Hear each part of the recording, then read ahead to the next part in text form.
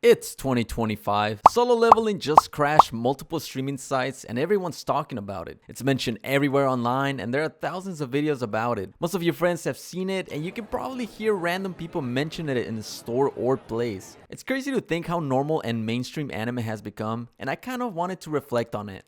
I've waited years. 14 years ago, right before I went into high school, there weren't popular kids talking about the Attack on Titan manga or Sword Art Online's first volume. There weren't popular artists like Bruno Mars reading JJK or Megan Thee Stallion cosplaying and giving awards out. Liking anime was more of a looked down upon niche hobby that made you seem weird or like an outcast. And to be fair, there were plenty of people that made it seem that way, and plenty of shows that would leave some people questioning what they had just watched. There weren't people wearing shirts or having some anime related accessory. Most fans used my anime list too, since it was some kind of your initiation to the media. Hell, even I had to watch episodes of a corner of a YouTube video. Not 1080p resolution or 720, but 360 if I was on a lucky day. The other option was to watch it on sites that probably kill my phone with malware, but it was just how it used to be. Now, to be fair, I didn't have the money to pay a subscription, but that's a different story. I think one of the first big breakthroughs had to be the release of Sword Art Online in 2012. Although there wasn't an uproar online, it was probably one of the most normal ones to release in the US that people viewed as just another cartoon. I say that because it aired on the same year as To Love Ru and Nisei Monogatari, along with School Days being the talk of the town soon after for whatever reason. The point being that it introduced anime to a lot of people and left an impact, which led many to start enjoying it themselves. How can you forget Kirito's dual blades move and the sad Christmas scene? Of course, we don't mention its second half because yeah, it doesn't exist. Right in the next year, we got the release of what would become one of the biggest fandoms worldwide in the form of Captain Levi. I mean, of course it's Attack on Titan, but while most of the OG fans became captivated by its action, story, and mystery, the hype train sped away with Levi's first appearance.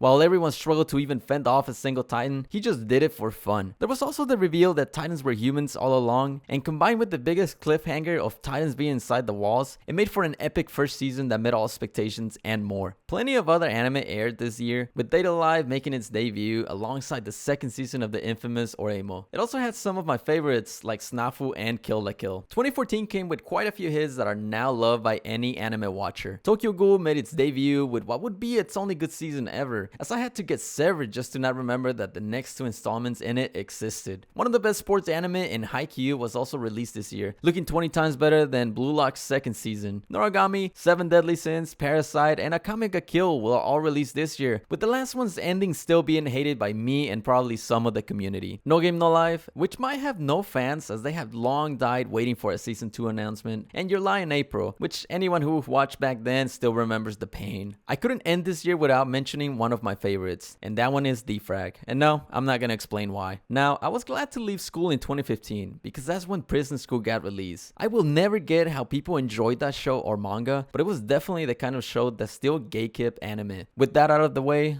Overlord, Death Parade, Danmachi, and Assassination Classroom all got its first season out with plenty of following around them. I think one of the biggest hits that year was One Punch Man, with Saitama probably being one of the most recognizable figures from anime around the time. That, along with what was probably one of the best fighting animation sequences in a while, made the anime a huge success that year. And while this year I came across some hidden gems like Seraph of the End or Sound Euphonium, I also came across Shimoneta, which if you ever watch it, it's gonna definitely leave a mark on you. Prior to 2016, almost nothing had changed in my opinion. Nobody cared much about anime, there wasn't huge cosplayers or thirst traps from them everywhere, and a lot of fans knew of source material before watching its adaptation. 2016 was one of the most influential years, and not just with shows, but movies as well. Your Name and A Silent Voice were both released this year, with both films achieving worldwide success that has them mentioned to this day. One of the biggest shows to date that influenced people to jump in the hype of anime was My Hero Academia. Not only did it affect how successful anime could be in the West, it also attained a massive following for the next 9 years of it, as we will be seeing its final season this year. The other massive hit this year was Re:Zero, and my personal favorite of the two. I still don't understand why it's hated upon, since it's probably one of the biggest works that came out of Japan. After a huge year in 2016, not only did we get hot new hits, but also second seasons. 2017 brought Attack on Titans Season 2, a Haikyuu movie, My Hero Academia Season 2, Konosuba Season 2, and a No Game No Life movie, and so much more. It was also the release year of Made in Abyss, which is one of the most unique shows I have seen to this date. 2018 brought even more continuation to those shows, and also gave us some of the saddest stories in Violet Evergarden and I Want to Eat Your Pancreas. If that wasn't enough, Bunny Girl Senpai made the biggest scam of the century while captivating a whole new audience with its amazing story. Lastly, for all the unks in the chat, we got a new Broly movie to keep us waiting for the next big arc in Dragon Ball Super.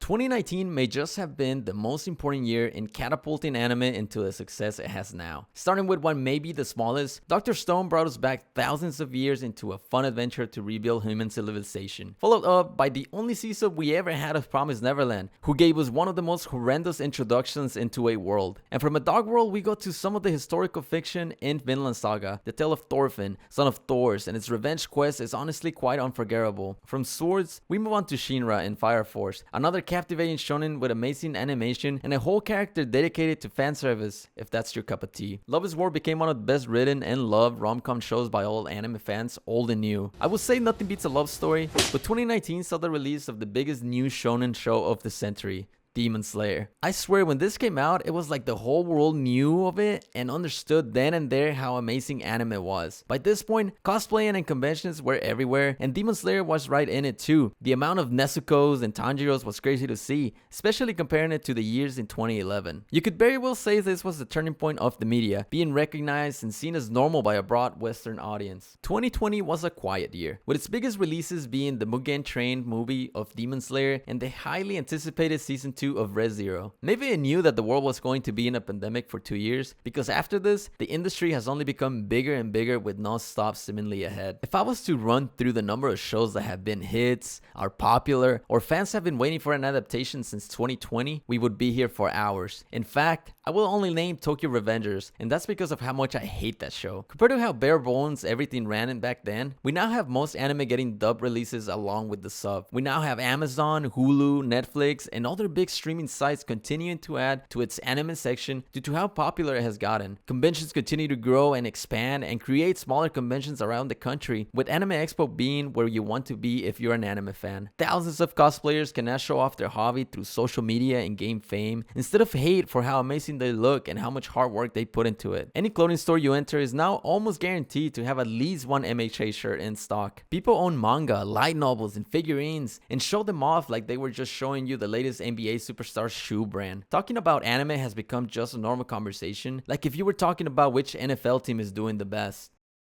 Sometimes I can't even believe how far we've gotten. And yeah, there's new issues here and there, but I mean, we should appreciate how far we've come and how far animation is, and we should probably wish that every show we watch has that type of animation that Solo Leveling has had. But yeah, other than that, thanks for watching. Subscribe, like, whatever. I'll see you again next Friday.